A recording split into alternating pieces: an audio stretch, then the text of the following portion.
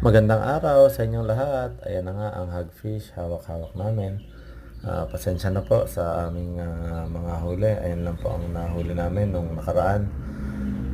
Ayan, lobster, hagfish, yellowtail snapper, grouper, snapper, hagfish. Ayan, wave relaxation, baka naman.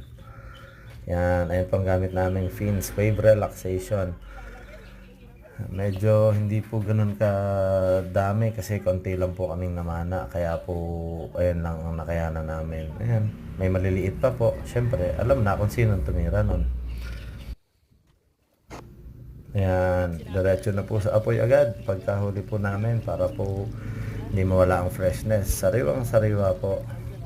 Yummy. Yan. Medyo marami din po kami kakain kaya po madami yan. Yun lang po. Salamat. Ingat. God bless.